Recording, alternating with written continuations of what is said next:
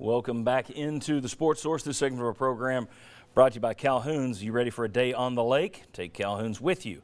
Planning your 4th of July festivities? Let Calhoun's do the cooking for you. Calhoun's provides the main course, the sides, the plates, the utensils, and more in their Feed 5 and their Feed 10 family packs. Let Calhoun's do the work this summer. It is a great way to have fun out on the lake or on a picnic or wherever. Calhoun's, a taste of Tennessee. All right. Let's start talking about the 15 biggest storylines to watch during the Vols 2018 football season. We'll start with numbers 15, 14, and 13. And the numbers, we're just kind of jumping them in here together. We'll let you guys talk about the one you think is the biggest here. But number 15, Tennessee's terrible non-conference schedule. You got West Virginia, East Tennessee State, who's in the FCS, UTEP, who was 0-12 last year, and Charlotte, who was 1-11 last year. Pretty darn bad. Next storyline, the importance of the opener versus West Virginia. They're one good non-conference game. How will that impact fan buy-in? How will that impact player buy-in for the rest of the year if you get your teeth kicked in or if you pull the upset? And then finally, the status of UT's SEC East rivals. Georgia lost a lot. Florida gets a new coach. South Carolina's been better than expected under Muschamp. Missouri has arguably the best quarterback in the league. And you got Vanderbilt and Kentucky. You don't know what you're going to get out of them.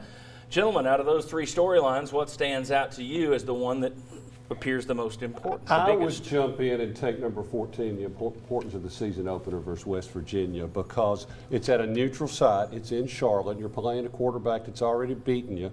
You're a 7-point underdog from what I saw, and a lot of people think that's low.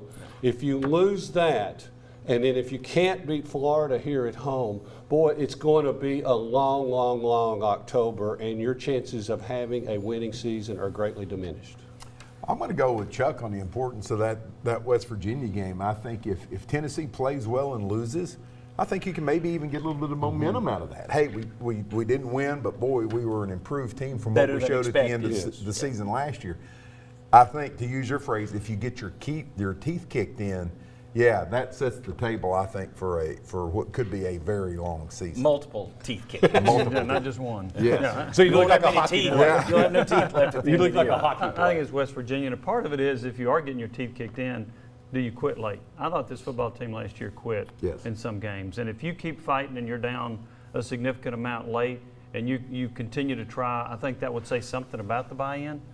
But I also think if you can somehow pull the upset, it would, I don't know, maybe be a little bit like Bruce Pearl beating Texas his first year. You score this big upset, and all of a sudden there's tremendous buy-in from everybody. Mm-hmm. And I think then it also plays into the bad non-conference schedule that you've got at home, because if you do get your teeth kicked in against West Virginia, okay, how many people are going to show up for 1-23 plus ETSU? I think then that could really, really hurt your home attendance.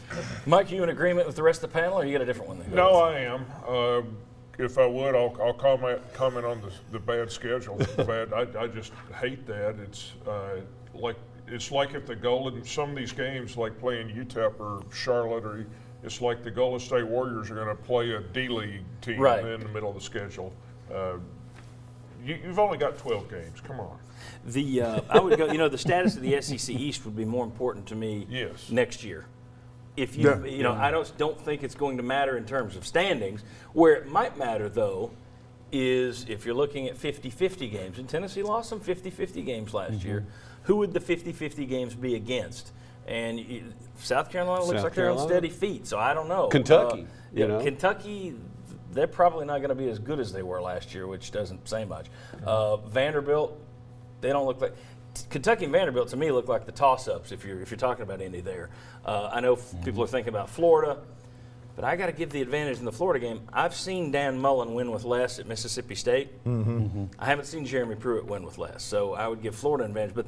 But still, when you look at the East, it is a storyline, but it would be more meaningful, I think, moving forward when Pruitt has had an opportunity to build Tennessee and make them perhaps a competitor in the East. This year, I don't think there's any chance Tennessee's not looking up at a lot of teams ahead of them.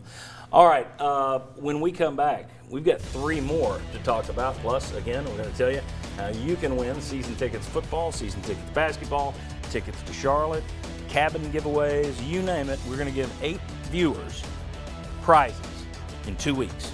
We'll tell you how to enter. Come on back on the Sports Source.